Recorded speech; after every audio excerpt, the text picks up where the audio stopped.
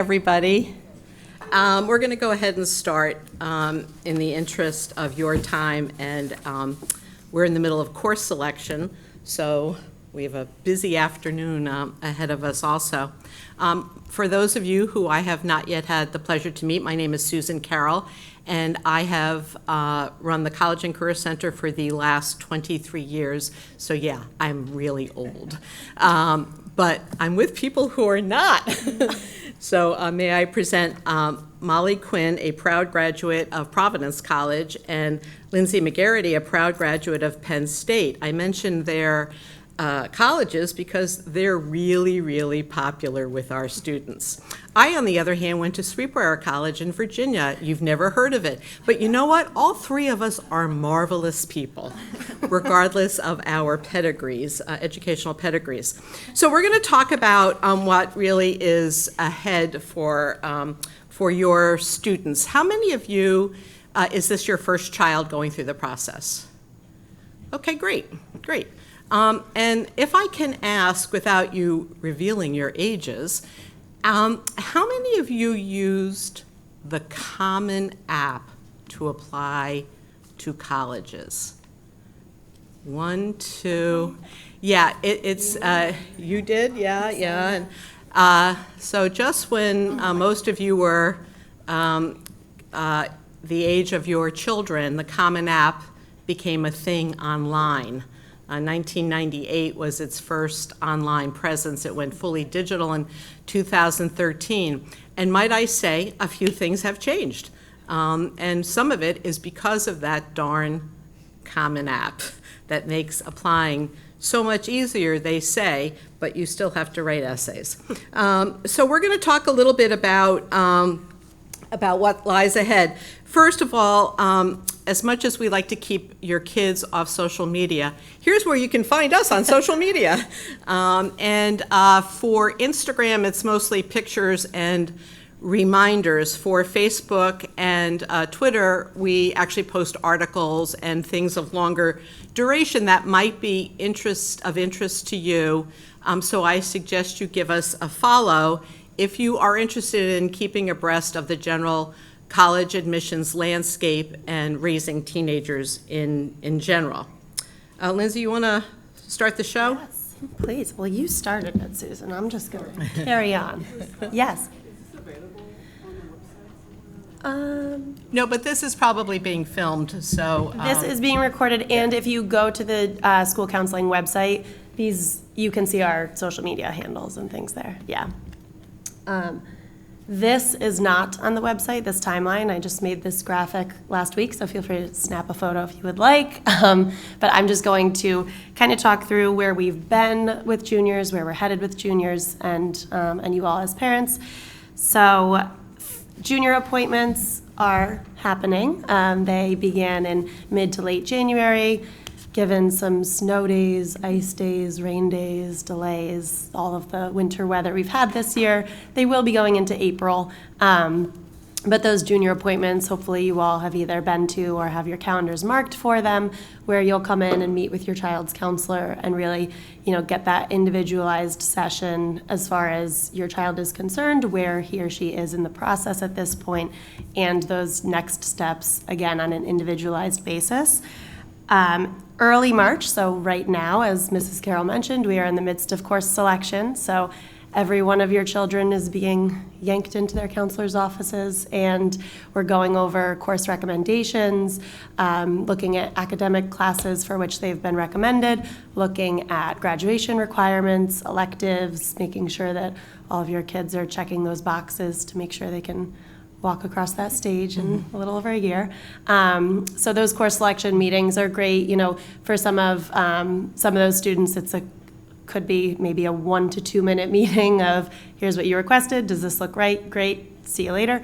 Others, it is a longer, more lengthy discussion just about how we fit everything in, or what their interests really are and how they can, capture that not only on their transcripts, but just to get some exposure to subjects that might interest them for their last year of high school. So course selection is ongoing in addition, similarly to the junior appointments. On March 24th, so in a couple of Tuesdays, all of your kids have already been registered for the in-school SAT. So all juniors will show up to school at 8 or for 8 o'clock. Don't show up at 8 o'clock, maybe a few minutes early. The test will start at 8 o'clock. They will do that in-school SAT.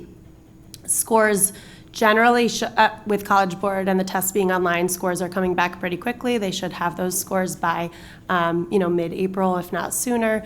But that will be a discussion at the junior appointment, or something that you and your child can reach out to your child's counselor about, just that testing plan for, if March is their first SAT or their third SAT, what your child's exact plan will be there for testing.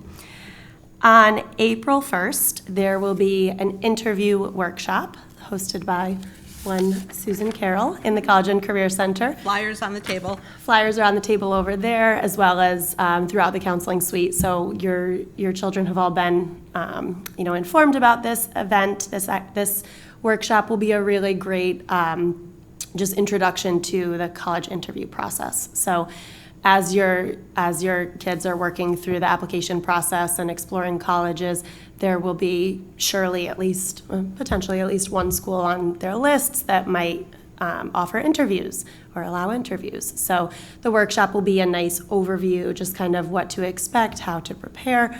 This for most juniors is the first time they're sitting down for a formal interview. And so while that April 1st workshop is really more of a broad overview of that process, Mrs. Carroll also does mock interviews in the College and Career Center. So if your kids are having interviews scheduled over, in the months to come, I highly, highly recommend they email Mrs. Carroll, set up an appointment, go in and say, I'm interviewing with a Providence alum next Saturday, and she'll, work them through that process. Very, very good resource we have. Another workshop coming up for juniors is April 15th, so right here in the Wagner Room, and another flyer. It is an evening workshop, so all of your kids will be invited to come here for the college essay workshop. So that's for that main 650-word Common App essay. Now is a really good time for them to just start thinking about it. It's unlike any academic essay they've written in the past. It's really their opportunity to bring some personality, really show their authentic self on those applications. So while the essay they write on or around October 15th might not be the one that they actually end up submitting to colleges, it's a great exercise in starting to think about the format, the structure, how to present those, that topic of their choice. There's 7 Common App essay prompts, and prompt number 7 says pick a topic of your choice and write about it. So they really have a lot of freedom to get creative, to really bring that personality to the applications and tell that college what they want to tell about them. So that will be an essay workshop that is hosted by Mr. Darkin and Mrs. Brown, so 2 of our English department teachers. And thank you here. to the good offices of the PFA, which And funded. thank you to the PFA, yeah.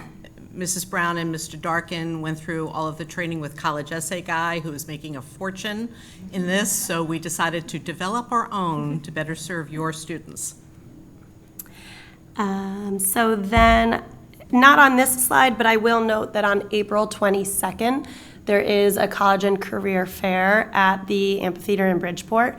It's one of the largest college and career fairs that happen around us here. So that is April 22nd. There's information on our website, or you can just Google it. It'll bring you to the website, and that's a great opportunity to just see, probably hundreds of colleges will be there represented to just kind of get some exposure there to looking at different things. May 27th is the Common App workshop. So Susan mentioned the Common App.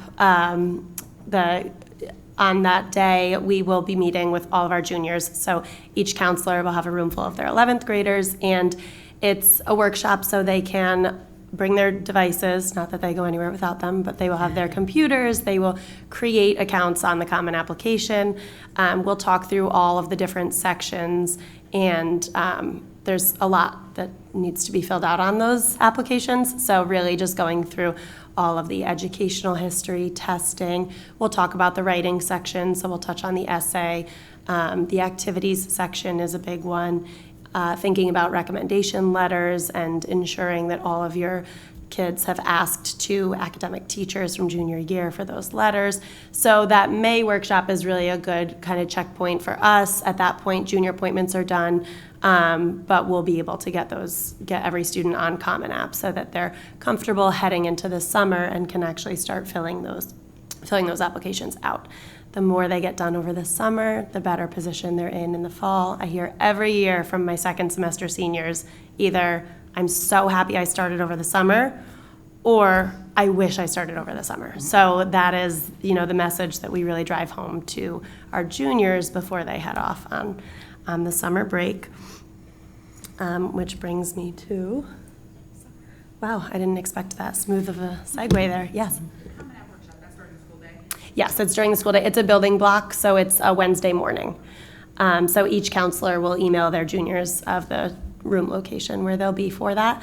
So as we head into the summer, here's just a little to-do list. Obviously, there will be more than these 5 or 6 bullet points that your kids will be working on over the summer. But again, the Common App, the essay, a lot of those elements of the application, and just, continuing to that list of colleges to which your kids will apply is going to continue to evolve. So doing that research to really narrow down and be able to identify those colleges to which they'll be submitting applications in the fall.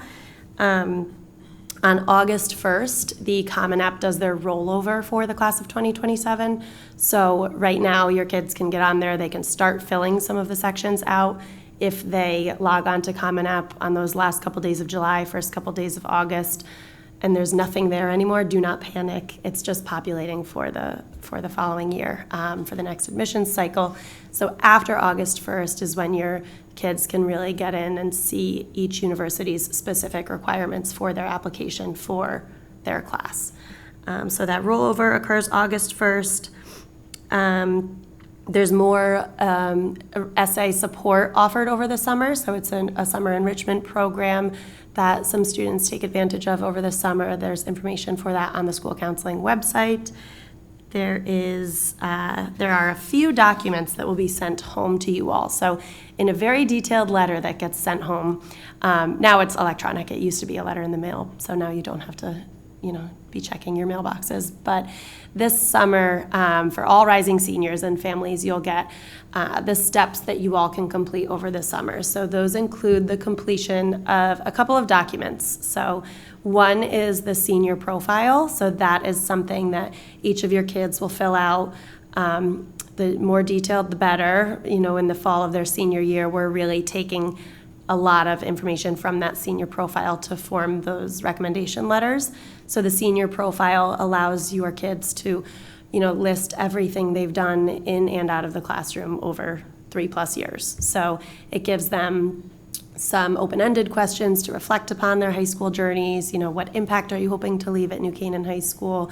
What's been a challenge you've overcome? There's some fun questions like, what's your favorite movie? So just, it's several pages long, and we do ask for students to complete those over the summer so that when we're back in the fall and we have those senior appointments, we can really touch on all of those pieces, make sure we have a really great picture of your kids. We also have a parent questionnaire. So that senior parent questionnaire is an opportunity for all of you to brag about your wonderful children. So sometimes there's parent questionnaires I get back that include details that a student either forgot to include in their senior profile or didn't think was relevant or important. And those are those little, details that are not only fun for us to read, but fun for us to share with colleges. So those, the parent questionnaires are just as helpful in our formulating those recommendations and just really making sure that we are presenting your kids as applicants in the most thorough, comprehensive, strong, positive, and wonderful light. If there are 2 parents or guardians in the household, you may both fill out the parent questionnaire.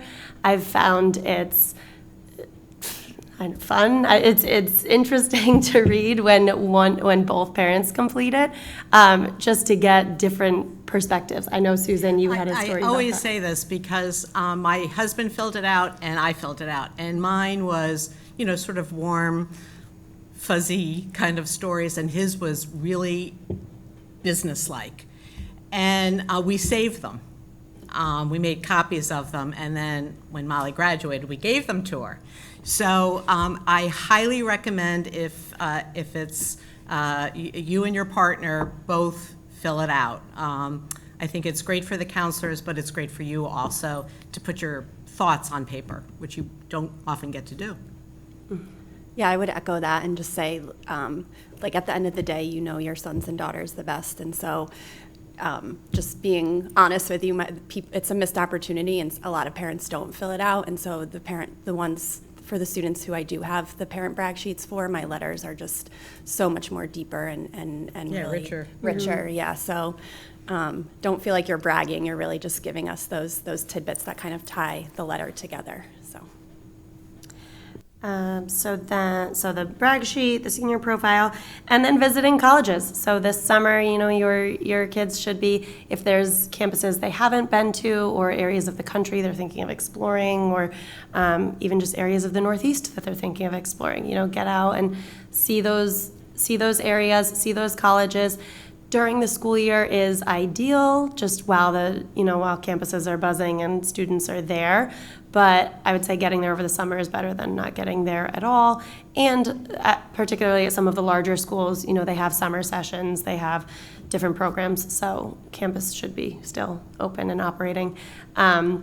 But again, as we head into the summer, we share all of this with your kids as well. But really just continuing to explore the options and look into all of the many, many resources that are out there for them to start looking at different options. So I will pass it over to Molly, who's going to cover the fall. Sure. Did we want to, I think you wanted to say a little bit about college visits. I think that's sort of the highlight of the fall. What I spend really the first half of the year doing is hosting college visits.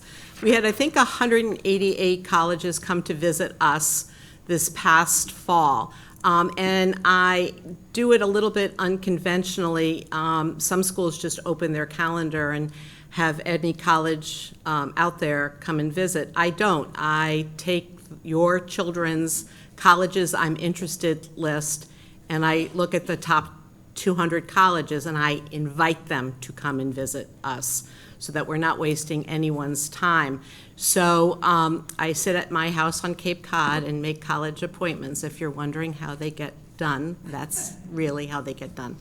So the colleges come, they're half of a period. Your students need to ask permission from their teachers to come, and we take attendance. But they're great opportunities to actually hear from the horse's mouth and shake hands with the rep, who will be the 99% of the time the first reader of their applications. Yeah. And definitely that list will be available in September. Again, another missed opportunity a lot of times for students. Sometimes if they don't take advantage of those visits here at the high school. So just have those on your radar. We'll be reminding students about those appointments. And then also, if the school is on your child's Naviance, you will become Naviance disciples by the end of the year. What a quinkydink. So if it's on the colleges I'm thinking about list, on your child's colleges I'm thinking about list, when I make the appointment, they will get an email. It looks like it's coming from their school counselor, but it's really me, reminding them of the visit. So this is not done in a vacuum. They'll be aware of the visits of what schools they're interested in coming to New Canaan High School. Yeah. And so the fall is really just about kind of picking up where we left off with students at the end of the school year. It's a busy 2 months. It comes very quickly. Most students here are applying early. I think the statistic is over like 85% of students applied at least to one or more school. So we're talking November 1st, November 15th. So it is sort of a dash to the finish line.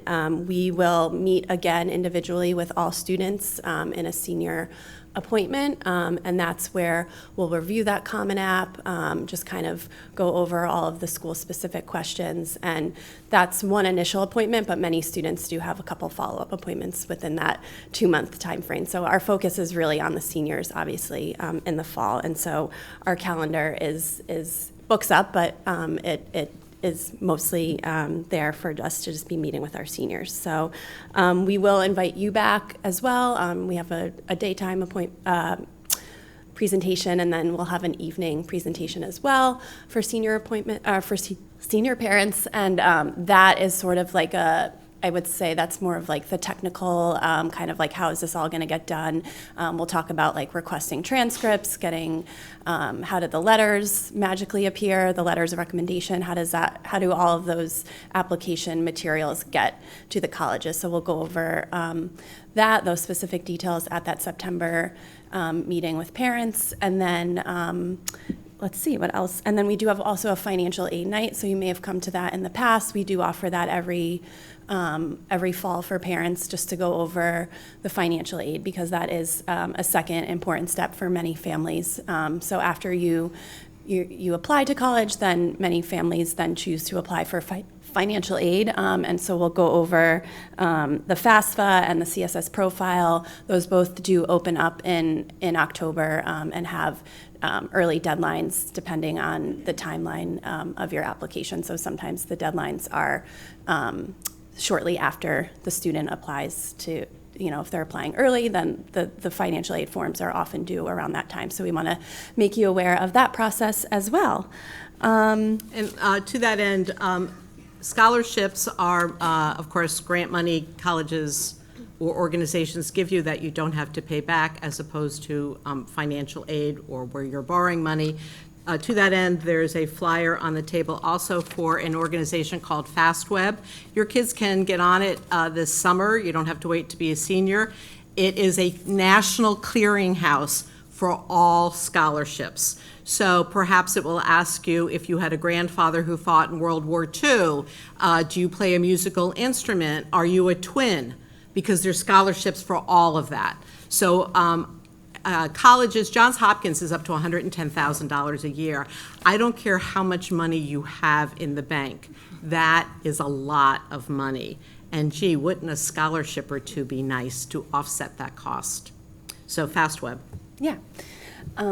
And I guess then at the end of, when you're getting ready to click submit, I think we just wanted to say a little bit about, I think the most successful applicants or applications that we've seen are sort of these applications that have a theme to them throughout. So you kind of want to be thinking deeply about, your student needs to be thinking deeply about sort of who they are and what they want to bring to their future college. I think the more they do some thinking about that, it'll all kind of hopefully come nicely together. If you think about the application sort of like a package, and the test scores, the grades, the essay, the activities, everything's in that box. Think of like a ribbon or a tie, which would be like the theme that sort of like all kind of connects the application together. And these applications are being read very, very quickly, and so in a couple minutes or less, you kind of want the reader to kind of be able to again kind of identify who the student is and what they will bring to that college and what they care about. So the more sort of like genuine involvement. I think we hear a lot about like summer programs. Should my son or daughter do something over the summer? Should we invest in this, that? I think if it all kind of connects to who your student is, then yes, that makes sense. And if it's a genuine interest, that will kind of add to that theme and be that sort of consistency throughout the application, then yes. But again, like if it's some manufactured or some kind of like thing that you're rushing to do in senior year, then just kind of take a step back and think about that, because I think we see so like your students are already bringing so much to the table. So I think just kind of like cultivate what's already there, and I think then the applications will be will ultimately come together next fall. So I think that's what I wanted to say. So those of you who raised your hands earlier when Susan asked who's been through this process before, You are probably very familiar with Naviance. But I am just going to do a little summary of Naviance, kind of a reminder, refresher, or maybe showing you for the first time some of the tools that this system is used for. And then we'll kind of dive a little bit deeper. But Naviance is a tool that all students get on as early as freshman year. So in 9th grade, they're on Naviance to understand their learning profiles. They're completing a survey that helps them to understand what settings, what environments they learn best in. As 10th graders, so actually tomorrow we'll be meeting with our sophomores, any of you with 10th graders as well, we'll be meeting with their counselors to continue some career exploration. So we get the sophomores on Naviance to do a career profiler. They start to understand different pathways, different future options based on their strengths, their interests. And as juniors, your kids have all hopefully been on Naviance for the last couple months as a tool to start looking at each university specific to the data that comes out of New Canaan High School. So if your son or daughter has a college on their list, they can pull that college up on Naviance and see how many other NCHS students have applied here. How many have gotten in? How many of those GPAs or test scores are similar to mine versus, is my GPA 10 points above the average accepted student or 10 points below the average accepted student, which we'll get into in a few slides, but Naviance is really a helpful research tool for your kids at this time. Next year in the fall as seniors, we actually use Naviance as a vehicle to submit materials. So we will send transcripts, letters of recommendation, mid-year reports. So Naviance is really, you'll hear that word many, many more times. So this is just a screenshot of Naviance when your kids are logged in. This is the homepage for colleges. On the right-hand side, you'll see colleges I'm thinking about. And that was the list that Susan mentioned earlier. If your child has a college on the colleges I'm thinking about list, and that college is coming to visit New Canaan High School, they will automatically get an email saying that that college is coming to visit in the fall. These lists, I tell my students they could have 100 schools on this list, they could have 10 schools on this list. It should and will evolve over the next several months. So really just think of this as a place for your son or daughter to just keep a running list of all of the colleges that they're thinking about at any given time.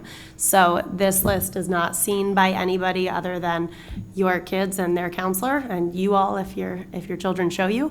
But it is, again, it's an evolving place where students can keep everything there organized.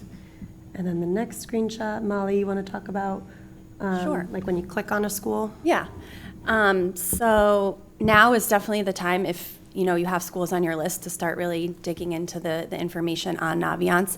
Like Lindsay said, as parents, you don't necessarily have a login, but you can, sit next to your student and just explore this together, ideally. And again, when your student applies, they're being looked at in the context of New Canaan High School. So we find that this information here is just so much more helpful, I think, than going to some national, comparing yourself to national averages and doing Google searches. So I would start here. This is the best resource that you have at your fingertips right now. I can go into a little bit more, but this is sort of like the landing page. There's I would pay attention to that. I think the net price is helpful, certainly the acceptance rate, but I'll go into that a little bit more. But the college overlaps is interesting. Susan will talk a little bit more about her own overlaps. But if you kind of hover at that that admissions tab, it brings you to the next screen, which I'm not going to lie, I think parents like scattergrams a lot more than students, so I'm sure you may have looked at these before, but just sort of a refresher that we do have a lot of historical data on most colleges and universities out there, so each plot on this scattergram represents a New Canaan High School student who has applied and their various outcomes, waitlisted, deferred, and then of course accepted and denied. We like to also remind students and parents that these are just sort of, I think, just not guarantees necessarily, but just sort of to help you sort of shape expectations. It does take some of the guesswork out, but at the end of the day, we realize they're not perfect. And certainly for your students, when you log on right now, we for some students, we do have test scores, but that it's plotting them based off of their PSAT score, so keep that in mind. And then also their GPA. And, there is still a whole semester of junior year left, first semester of senior year. Right now, you're seeing that's plotting students on 8 semesters of high school, too. So take that with, take it with a grain of salt, but I think certainly use them because they are helpful.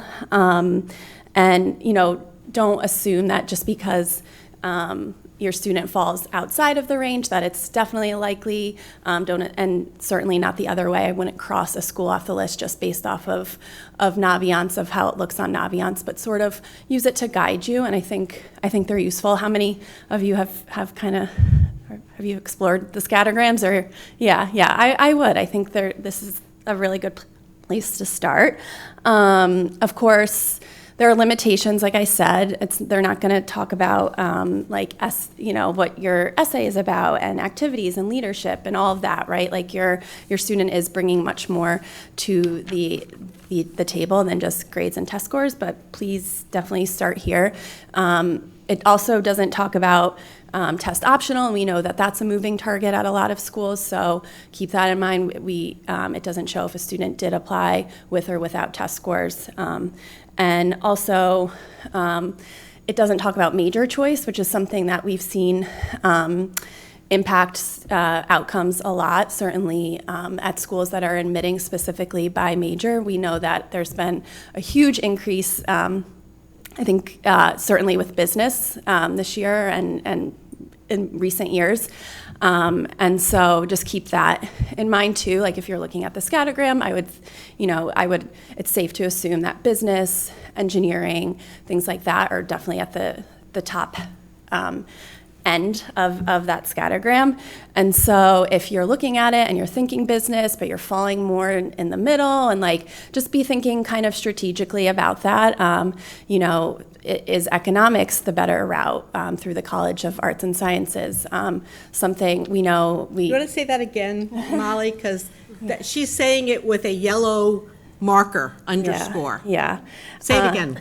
Well, I'll just use first, I think everyone knows that Smeal Business School of Business has gotten incredibly At Penn State. competitive at Penn State, and Kelly School of Business at Indiana. And so if you think it would be better for your student maybe to, again, keeping in mind genuine theme and interest and all of that, but if is there a better pathway? Is there a business adjacent pathway, for example, or sort of like a side door? I think this is kind of interesting. We met with the Penn State, our local Penn State rep, and she was just sort of giving us some ideas and talking about this. But at Penn State, they have the College of IST, and there's a major called Enterprise Technology Integration, which combines technology with business. At the College of Agriculture, there's an agribusiness management major. The College of Earth and Mineral Science, there's energy business and finance. The School of Communications, there's advertising and public relations. So all of these are preparing students for a successful career in business. There's also business certificates. And so I guess just the door isn't closed, right? If you look and you feel like some of these, programs are incredibly competitive, maybe, start thinking about these other sort of pathways, because it can help, and we've seen successful outcomes that way. So, yeah. Most applied to colleges. So they let me give you the worst news because I'm old, and what are you going to do to me? So this is your, if I can say, your come to Jesus moment. Yeah, take a picture of this one. Yeah, everyone take a picture, and then let's all just have a moment to take a sigh, okay? And let me point out our colleagues over there who have a table full of Jeff Salingo's Dream School. Because for all of those colleges there are very similar colleges in here that are dream schools. So at the University of Connecticut, I would suspect that you would have 50% of the class at least apply. 146 applications to UConn out of a class of 306. Indiana, a lovely school in a lovely town, 91 applications. They love our students. Do you think they're taking 91 of them? No, they are not. They are taking 50 of them, no. 30 maybe in past years, maybe not this year because, again, 91 applications. If you move on down to University of Michigan, nationally, University of Michigan had 106,000 applications. Berkeley had 156,000, but that's a California school system and everyone in state applies. If you love University of Michigan, you've walked around the campus and your child is drooling because they love it so much, which I don't understand, but okay. Why wouldn't you look at University of Minnesota, which has all of the same schools, all of the same big sports, all of the same snow, frat parties, internships, but as opposed to a 22% acceptance rate at Michigan, it has a 56% accept rate. Why wouldn't you look at it? Is that thing on your car so important that you would allow your kids to get denied? So, I don't know, University of Colorado, 71 applications. Yes, they have one of the best engineering programs out there, and if you love to ski, but why wouldn't you look at University of Denver? So, I don't know, if you love UConn, and it's the price tag that you love, then look at the other in-state schools. If you love it just because of its size and its basketball, well, there's other schools to look at. And you'll see them all in 1 week in the NCAA tournament. If you love Michigan, Minnesota is a great choice. If you love Indiana, then Michigan State is a great choice. If you love Syracuse, what's wrong with Drexel? It's got all the same programs, but you can get into Drexel. If you love Penn State, why wouldn't you look at Virginia Tech? If you love Boston College, this one kills me because my husband went to Boston College and of course thinks it's the finest school in the entire world. But if you went there, why wouldn't you look at Marquette if you love Boston College? And don't tell me it's in Wisconsin. Do you know how many kids apply to University of Wisconsin? Oh wait, let me tell you. How many was it? Oh, 68. So clearly we love Wisconsin. Why wouldn't we look at the Wisconsin version of Boston College, Marquette University? University of Virginia. Why wouldn't you look at University of Tennessee? All the same schools, much easier to get into, but all the Southern charm. They don't have a rotunda. That's like the only thing. If you love Clemson, why wouldn't you look at Auburn? If you love Wisconsin, why would you not look at University of Oregon? The similarities of these schools are amazing. And you're going to tell me University of Oregon is not a good school? Come on. If you love Bucknell, what about the other Patriot League schools? Lafayette is a great school. And you actually, if you go to Lafayette, you can actually get your first choice of classes, as opposed to any of these large universities where it might take you 5 years to graduate, because getting into that intro psych class is tough. Again, I can't say this enough. The reason why we brought him in is because he has really, really good advice, which can be yours for $20. I'm happy, if you send me a list of schools, I'm happy to give you overlaps. But I'm just trying to say to you that we need to rethink, your children need to rethink how they look at where they want to apply. They can apply to all of these schools, but the chances of getting in, if you have 106,000 applications, are you telling me that you're really reading applications? I guarantee they're not. I'm guaranteeing AI is separating the wheat from the chaff and X number get read. The rep hasn't said that. That's me supposing it.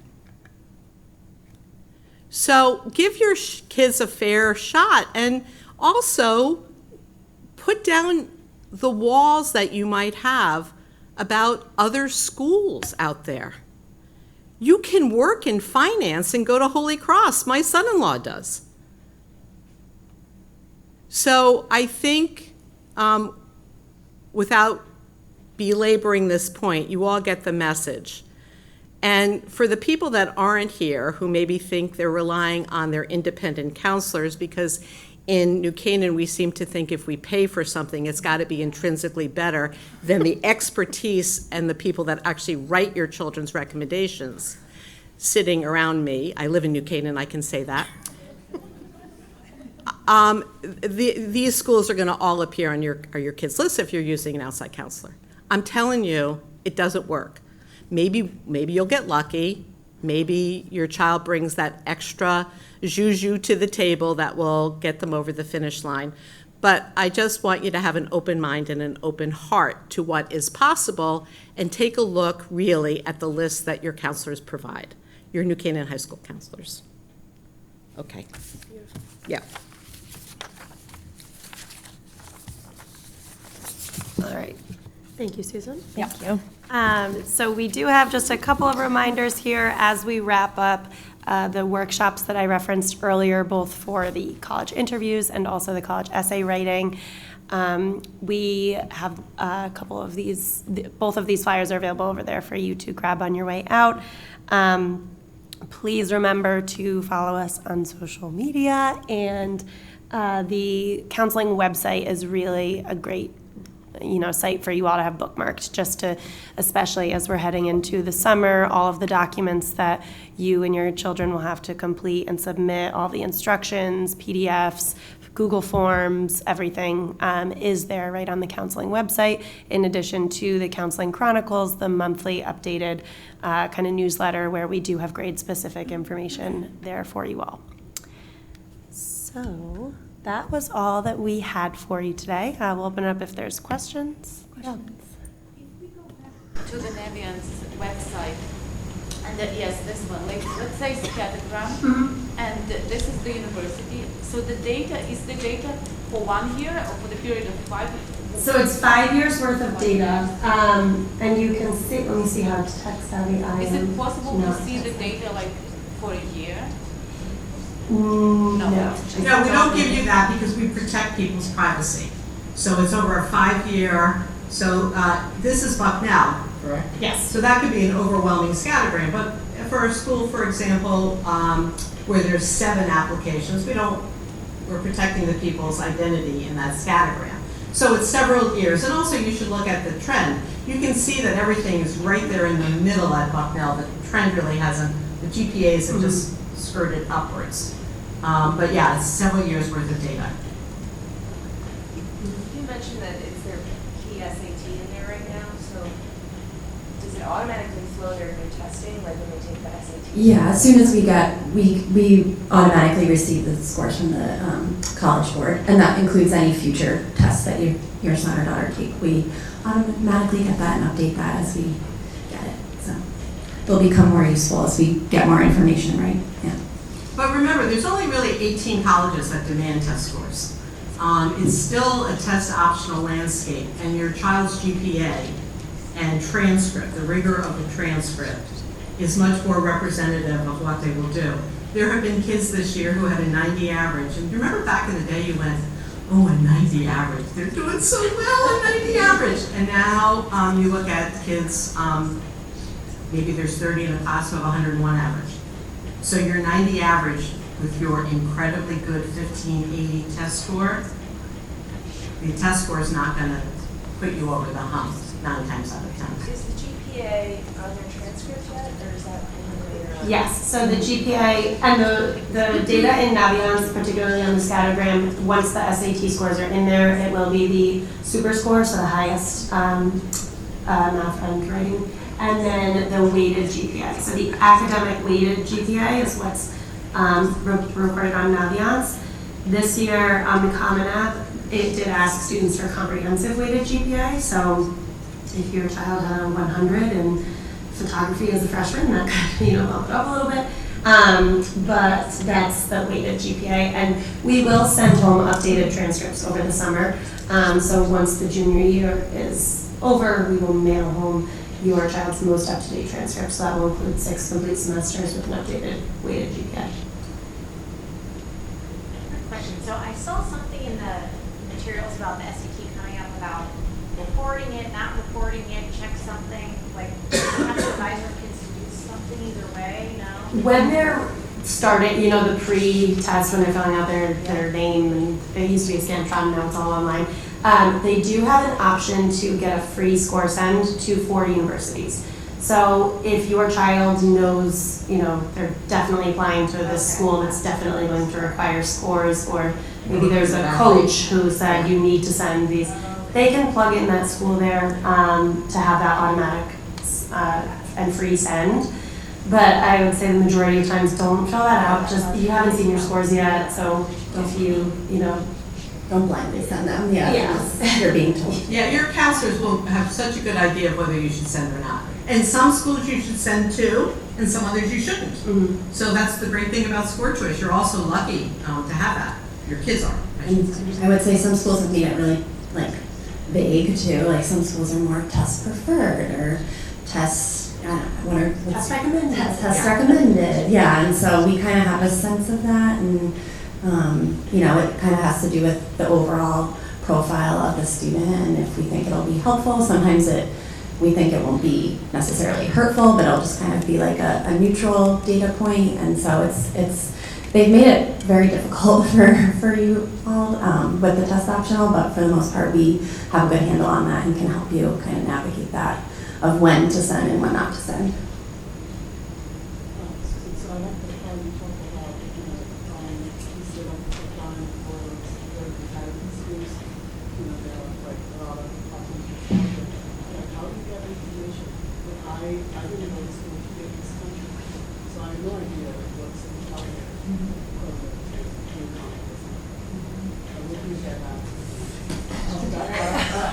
No, I'm joking. Although, yes, you can ask your counselors. You've got such a wealth of information.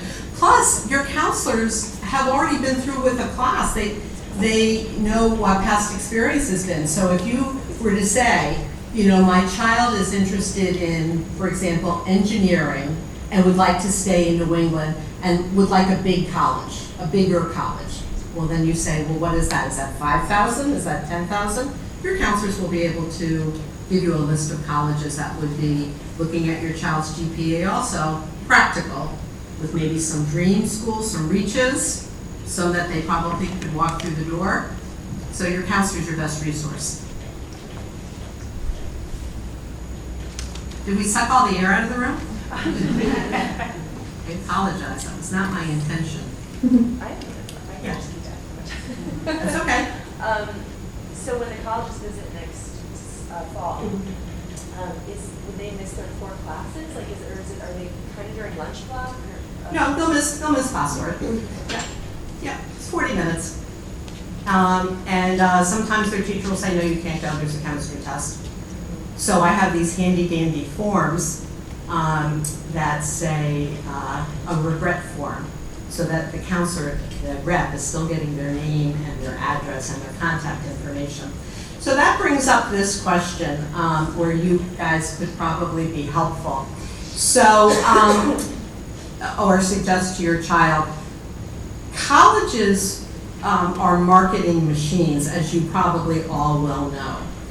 So my best advice is, some kids open a special Gmail account, whatever email they're giving the schools, they gotta actually open those emails. Now, your children don't read emails, that's the generational thing, but they have to, okay? It's up to you if you want to allow colleges to text them. I think that's creepy, but whatever, that's a family decision. Colleges know that it's been open. When you or your child are on a college website, I actually had the director of admissions from Notre Dame tell me that he could tell how long this student was hovering over the engineering pages and they were tracking his email address. So that, there are some schools that track demonstrated interest, meaning they want to know every single time you touch them in some way, electronically or personally, and they keep track of that, and it's helpful. And then there's others that say, oh no, we don't track demonstrated interest, like Notre Dame, but they're still tracking. Don't believe them, yeah. So, and also, you know what? If a college is sending your student an email, there's this thing called reading. We forget how to do that because it's not 140 characters or a caption under a picture.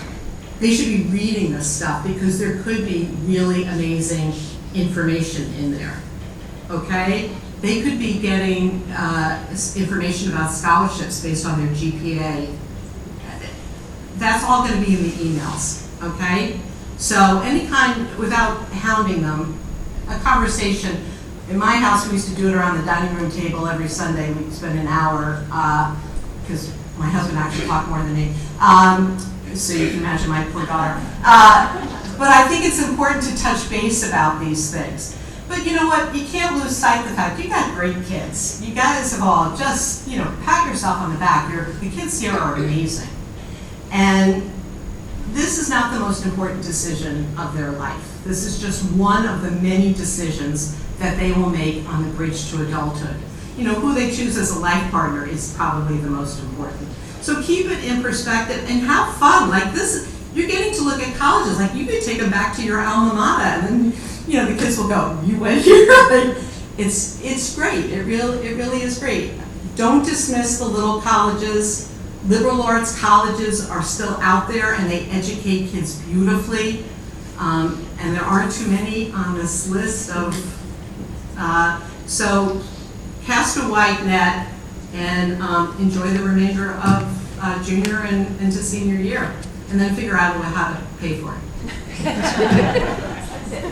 Is there any, yeah? I'm just going to make a plug for liberal arts. I'm very involved in the nonprofit landscape of what AI is doing and what is coming down the line. And the interesting thing is that there's a lot of talk about the resurgence of liberal arts and that being the important thing. So anyway, as a history major, yay! But it's true that they want people who can think critically. And a lot of the STEM stuff is starting to drift away, and they're not sure where it's going to go. So anyway, just don't dismiss liberal arts. Another history major, and I totally agree. Yeah, well, and also we didn't even touch on AI, but just also be careful how you use AI. Some people are using it to come up with college lists. Okay, be suspicious of everything. Some kids might use it to do a first draft of an essay. I'd be really worried about that. Very, very worried about that. Colleges are using AI. Virginia Tech came out and did this whole thing about all the ways they're using AI and looking at kids' applications. But they're also using AI detectors on essays. So be mindful of that. But yes, I agree 100%. Go liberal arts. Anybody else have any other questions? Well, we thank you very much for your time. We very appreciate it.